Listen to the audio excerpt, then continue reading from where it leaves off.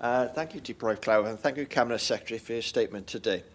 You have mentioned that official statistics show nearly 18,000 private sector homes have been built in Wales since 2021, during the first 4 years of this government's term. While that figure may sound positive, it does not tell the full story, especially when considering the negative impacts of policies such as the UK Labour government's high tax, anti-business agenda, which has added further challenges to the housing sector. The reality is that overall housing completions in Wales have been falling. Analysis from Savills shows that new home completions are now at their lowest annual level since March 2015, with EPC data pointing to a 10% year-on-year decline. This shows that the recent trend is moving in the wrong direction, despite the headline numbers being quoted today. At the same time, new residential construction projects have dropped sharply. According to Stats Wales, project starts are now running below completions, which is a clear warning sign for future supply. As a result, property starts are close to the lowest levels on record on an annual basis. Planning consents remain extremely low, and although there was a small increase in 2024, this has not been enough to change the overall picture.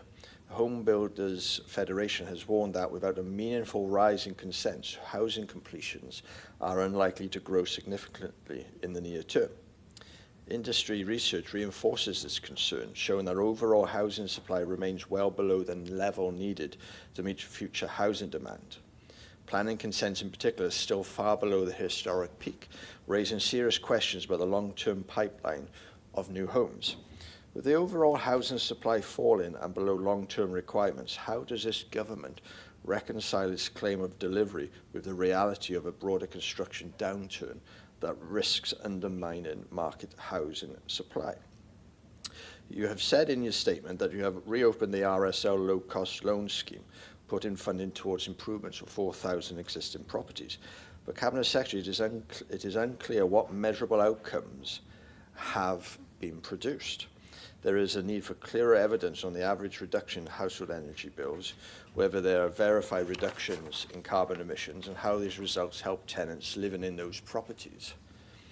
It is not good enough to say improvements because, as we have seen with retrofitting cavity wall insulation and other types of insulation, it can reduce ventilation in homes, increase humidity, and results in black mold infestation.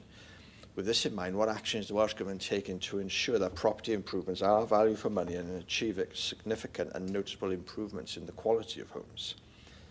Cabinet Secretary, you have also made reference to the fact you have simplified and strengthened support for SME builders. However, you made no mention of the serious shortage of workers in construction and energy efficiency retrofit roles in Wales, that will seriously affect these SMEs. Maybe you haven't realised, but this shortfall poses a major challenge to delivering more homes. As mentioned last week, the Construction Industry Training Board and Welsh Construction Forums estimate that Wales would need around 11,000 additional construction workers by 2028. Meanwhile, 76% of Welsh construction firms report that a lack of skilled tradespeople, particularly roofers, bricklayers, plumbers, HVAC specialists, plasterers, and those with sustainable building or new technology skills, is delaying projects. You have mentioned the left funding packages and loan schemes, but failed to acknowledge that the industry is struggling. Specialist roles required for net zero retrofit, including retrofit coordinators, building envelope specialists, and energy assessors, are all also in short supply, which is compounded by demographic trends and declining training opportunities. Apprenticeship numbers have fallen, with cuts projected to reduce new construction apprenticeships at a time when employers struggle to attract younger workers, have an aging workforce, and a shrinking future talent pool. Given the urgent need for thousands of additional construction and retrofit workers to meet Wales's housing goals, where is the support for them? There needs to be specific targets and strategies to grow the skilled workforce year on year, which I noted you have remained absolutely silent on. As you are aware, analysis has consistently pointed out that even with claimed increases in delivery, housing supply remains insufficient to address homelessness and long waiting lists. Figures have noted that social housing delivery has historically fallen short of targets, and homelessness has increased significantly in recent years.